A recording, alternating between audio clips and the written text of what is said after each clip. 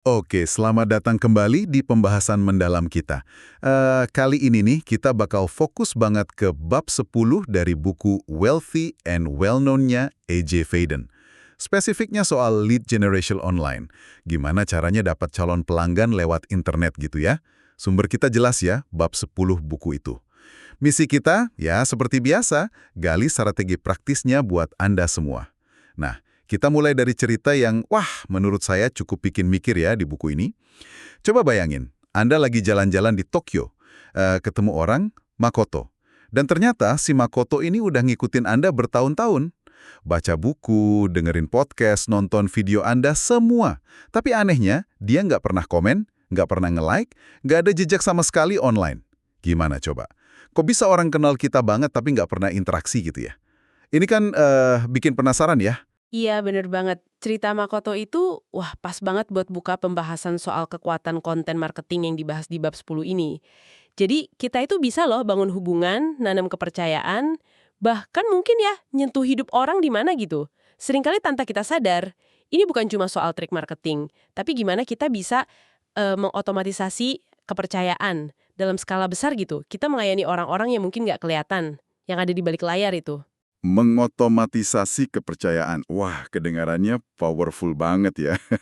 Tapi gimana persisnya itu bekerja? Maksudnya secara sistematis gitu. Bab 10 ini kan pasti ngupas ya, bukan cuma bikin konten bagus doang kan, ada lapisannya lagi ya. Betul, jadi buku ini tuh ngebongkar 3 kebutuhan psikologis dasar. Ini penting banget biar audiens bisa percaya sama kita secara online. Ini bukan cuma soal produk atau jasa kita, tapi lebih dalam lagi. Nah, yang pertama itu kebutuhan untuk melihat Anda. Jadi soal keterlihatan. Ini tentang keakraban ya kan? Sama aja kayak kita lebih gampang percaya sama orang yang sering kita lihat. Entah itu teman, atau ya artis di iklan TV gitu. Jadi kalau kita konsisten muncul online, itu ngebangun rasa familiar. Itu pondasi awal kepercayaan. Terus yang kedua, ada kebutuhan untuk mengenal Anda. Nah, ini lebih dalam lagi, bukan cuma tahu Anda kerjanya apa, tapi siapa Anda sebagai pribadi. Nilai-nilai apa yang Anda pegang.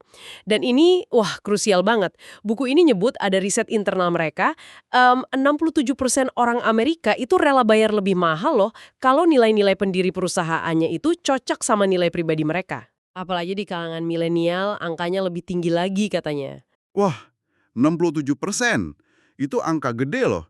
Berarti kalau zaman sekarang kita malah nutup-nutupin kepribadian atau nilai kita, malah bisa rugi ya.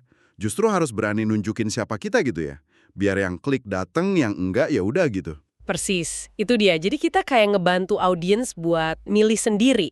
Ini cocok nggak ya sama gue?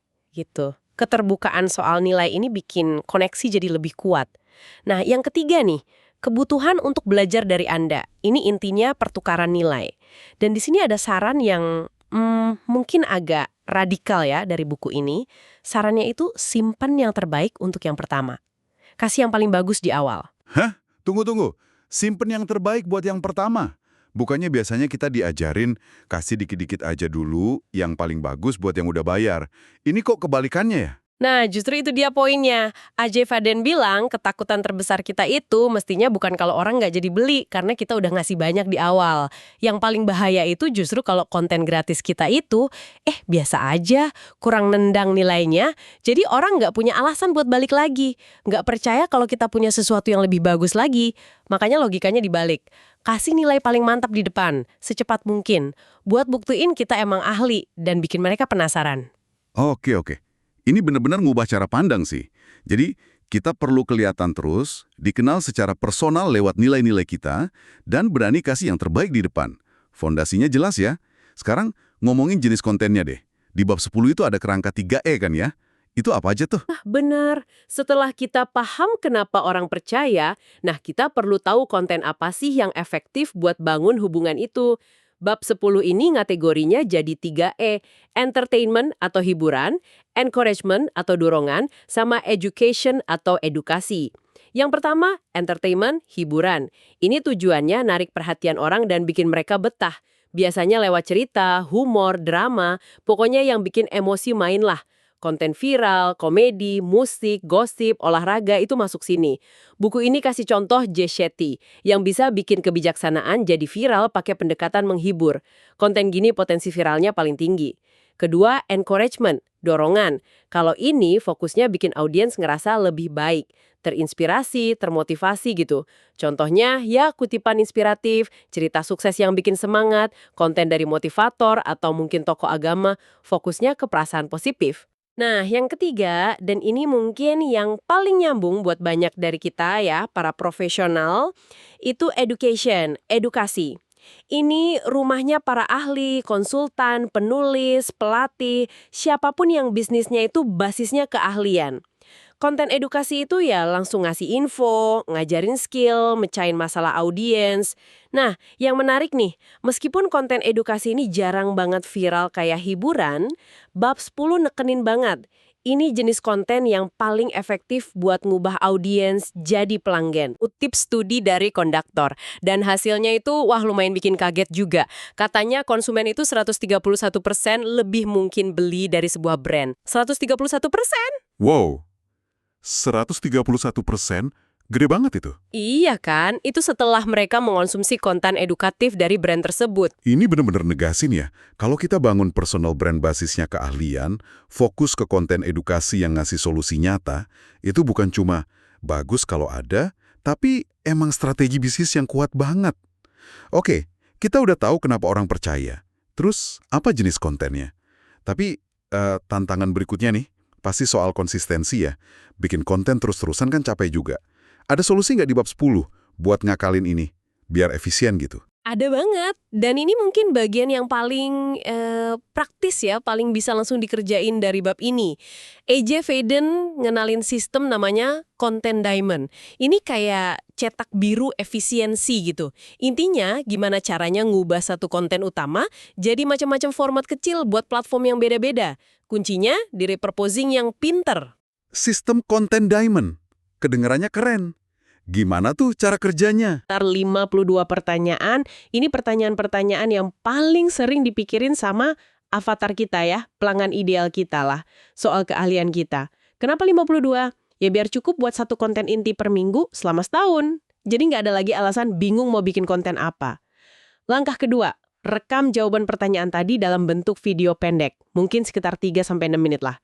Nah, buku ini juga langsung ngebahas ketakutan-ketakutan umum orang pas bikin video. Takut soal penampilan? Nggak usah, jadi diri sendiri aja. Orang lebih nyambung sama yang asli daripada yang dipoles sempurna. Takut soal teknologi? HP sekarang udah cukup banget. Yang penting audio jelas, gambar cukup terang. Nggak usah mikirin alat studio mahal dulu. Takut ngomongnya gimana? Pakai aja formula simple. Misalnya dari Toastmasters gitu. Buka, poin 1 plus contoh, poin 2 plus contoh, poin 3 plus contoh, tutup plus ajak bertindak. Udah. Pecah kontennya. Dari satu video utama tadi, kita bisa pecah jadi 2 jalur utama. Jalur teks dan gambar, videonya ditranskrip jadi tulisan. Nah, ini bisa jadi artikel blog yang lumayan panjang. Dari artikel itu, kita tarik poin-poin kunci atau kutipan yang paling jelek. Namanya Pillar Points. Kutipan ini bisa dibikin jadi gambar grafis buat sosmed, atau jadi postingan teks pendek kayak di X atau Threads, atau dibikin carousel post di IG atau LinkedIn. Banyak kan? Terus, jalur video dan audio. Video utama tadi diedit dikit lah, buang yang salah-salah ngomong, mungkin tambahin intro, outro, upload ke YouTube misalnya. Terus potong-potong jadi klip pendek, 60-90 detik gitu, buat platform video vertikal kayak Reels, Shorts, TikTok. Terakhir, ambil audionya aja. Itu bisa jadi potongan podcast singkat atau dibikin audiogram. Itu loh audio yang ada gambar statisnya. Wah, ini kayak masak satu panci gede bumbu dasar di awal minggu ya. Terus bumbu itu bisa diolah jadi macam-macam masakan buat seminggu. Jadi, satu kali kerja keras di awal, hasilnya bisa buat banyak platform, berkali-kali lipat. Pinter banget ini caranya, efisien. Haha, analogi yang pas banget ya. Iya, persis kayak gitu. Efisiensi itu kuncinya. Tapi ada catatan penting juga nih yang ditekankan di buku. Jangan ngerasa harus ada di semua platform ya. Pilih aja platform mana yang avatar atau pelanggan ideal kita paling banyak nongkrong di situ. Fokusin energi repurposing ke sana. Kualitas sama relevansi di platform yang tepat itu lebih penting daripada sekedar ada di mana-mana tapi nggak fokus. Oke, masuk akal banget. Konten Diamond ini ngasih sistem yang logis ya buat bikin konten terus-menerus. Konten udah dibuat, udah disebar. Pertanyaan penting berikutnya. Gimana kita tahu semua usaha ini beneran ngaruh? Beneran bangun kepercayaan dan jadi calon pelanggan? Bukan cuma sibuk bikin konten doang gitu. Apalagi kalau ingat cerita Makoto tadi, yang diem-diem baik, nggak ninggalin jejak. Apa nih metrik atau ukuran yang perlu kita pantau menurut bab 10? Nah, ini pertanyaan bagus banget. Karena ujung-ujungnya kan pengen lihat hasil ya. Bab 10 itu nyorot 3 tingkatan metrik kunci. Ini nunjukin progres pembangunan kepercayaan yang nantinya ya ngarah ke pendapatan. Bisa dilihat kayak perjalanan audiens gitu. Tingkat pertama, ini metrik jangka panjang, namanya impresi. Seberapa sering konten kita dilihat orang. Ini nyambung ke konsep lama di marketing, Rule of Seven. Katanya kan orang butuh ketemu brand kita sekitar 7 kali baru mutusin beli. Jadi impresi itu bukan cuma soal berapa kali tayang, tapi frekuensinya. Tujuannya ya gimana caranya impresi ini jadi followers atau subscribers, biar pertemuan tadi jadi lebih sering, lebih otomatis, ngebangun keakraban yang tadi kita bahas di kebutuhan pertama itu. Terus tingkat kedua, metrik jangka menengah. Ini jumlah leads atau alamat email yang berhasil kita kumpulin. Ini langkah ke hubungan yang lebih dekat, lebih intim. Kalau udah dapat email, kita punya jalur komunikasi langsung. Nggak tergantung algoritma sosmed lagi. Biasanya kita dapat email ini dengan nawarin sesuatu yang berharga. Buku ini nyebutnya Trust Soldier, tapi umumnya kita kenal sebagai lead magnet lah. Bisa e-book gratis, webinar, checklist, apa aja. Kita kasih nilai, mereka kasih izin buat dihubungin via email. Nah, tingkat ketiga, ini metrik jangka pendek, paling dekat sama transaksi bisnis, yaitu jumlah panggilan gratis atau sesi konsultasi yang kejadwal. Kalau udah ada orang yang rela luangin waktu buat ngobrol langsung sama kita, wah, itu nunjukin level ketertarikan sama kepercayaannya udah tinggi banget. Ini call to action atau ajakan bertindak yang kuat dan gampang diselipin di mana aja. Di email, di DM, di akhir video, mau ngobrol lebih lanjut, jadwalin aja call gratis di sini. Gitu. Oh, jadi kayak ngelacak jejak gitu ya?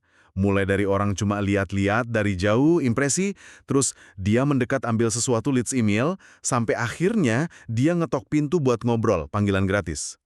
Dengan mantau ketiga ini kita jadi bisa lihat ya, seberapa efektif mesin konten kita ini ngebimbing orang di perjalanan kepercayaan itu. Oke, paham. Strateginya oke, sistemnya efisien, metriknya jelas. Tapi kita semua tahu lah ya, ini kan proses panjang, butuh konsisten, butuh sabar. Jujur aja gampang banget kan ya ngerasa down di awal, lihat angka views mungkin baru puluhan, ratusan, sementara lihat orang lain udah jutaan. Gimana caranya biar nggak nyerah di tengah jalan? Ada saran soal mindset nggak dari buku ini? Biar kuat mental gitu. Anda nyentuh poin yang, penting banget. Banyak banget orang gagal bukan karena strateginya salah. Tapi ya itu tadi, berhenti terlalu cepat. Gara-gara merasa gagal, bab 10 ini ngasih perspektif yang ngebantu banget soal ini. Contohnya soal angka tadi ya. Mungkin 40 views di video YouTube rasanya kecil banget ya, dibanding yang viral jutaan. Tapi coba deh kita ubah cara mandangnya. Bayangin ada 40 orang beneran berdiri di depan kita, di satu ruangan. Dengerin kita ngomong. Itu signifikan nggak?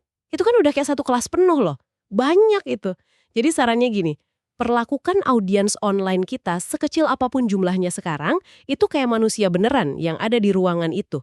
Fokus aja ngelayanin mereka yang udah datang, yang udah kasih perhatiannya ke kita. Ingat Makoto tadi, dia ngerasa dilayanin bertahun-tahun, padahal kita nggak tahu kan? Kalau kita tulus, ngasih nilai, mau itu hiburan yang bikin hari mereka cerah, dorongan yang bikin semangat, atau edukasi yang mecahin masalah mereka, audiens itu bakal ngerasain kok. Dan sebagai gantinya, mereka akan melayani kita balik. Dengan apa? Ya dengan kepercayaan, loyalitas, dan ujung-ujungnya bisnis. Intinya, itu ada pergeseran fokus. Jangan melulu mikirin making dollars atau cari duit jangka pendek, tapi fokus ke making a difference, bikin dampak positif buat audiens kita. Itu dulu. Nanti kepercayaan, reputasi yang bagus, dan hasil finansial yang awet itu bakal ngikutin sendiri kok. Ini maraton bukan lari sprint. Wah, dalam banget ya pembahasannya. Benar-benar padat dan mencerahkan nih dari bab 10 Wealthy and Well-Known. Kita udah bedar psikologi di balik kepercayaan online. Ada 3 kebutuhan itu, terus strategi kontennya, 3E. Sistem efisiensi konten Diamond yang keren banget tadi. Cara ngukur kemajuannya juga jelas, pakai impresi, leads, sama panggilan. Dan yang paling penting, mindset buat bertahan, fokusnya ke pelayanan jangka panjang. Rasanya kayak dapat peta jalan yang jelas banget gitu ya. Iya, betul. Mungkin pesan terkuatnya yaitu tadi, pergeseran dari cuma pengen jualan, jadi pengen melayani. Kalau kita fokus bikin dampak positif lewat konten kita itu lagi ngebangun aset paling berharga dalam bisnis. Kepercayaan. Dan dari kepercayaan itulah nanti lahir hubungan pelanggan yang loyal, bisnis yang langgeng. Si Makoto itu bukti hidupnya lah ya. Nah, sebagai penutup nih ya buat Anda yang dengerin, coba bawa pulang satu pertanyaan ini buat direnungin. Dari semua yang udah kita bahas dari bab 10 ini, coba pikirin deh, satu aja konten spesifik apa. Mau itu edukasi, dorongan, atau hiburan yang nyambung. Yang bisa Anda bikin dan bagiin mungkin minggu ini, gitu sebagai langkah pertama buat mulai ngebangun jembatan kepercayaan sama orang-orang yang paling pengen Anda bantu. Coba pikirin satu langkah kecil itu aja dulu, yang paling mungkin Anda lakuin sekarang. Oke deh, terima kasih banyak udah nyimak pembahasan mendalam kita kali ini. Sampai ketemu lagi ya di kesempatan berikutnya.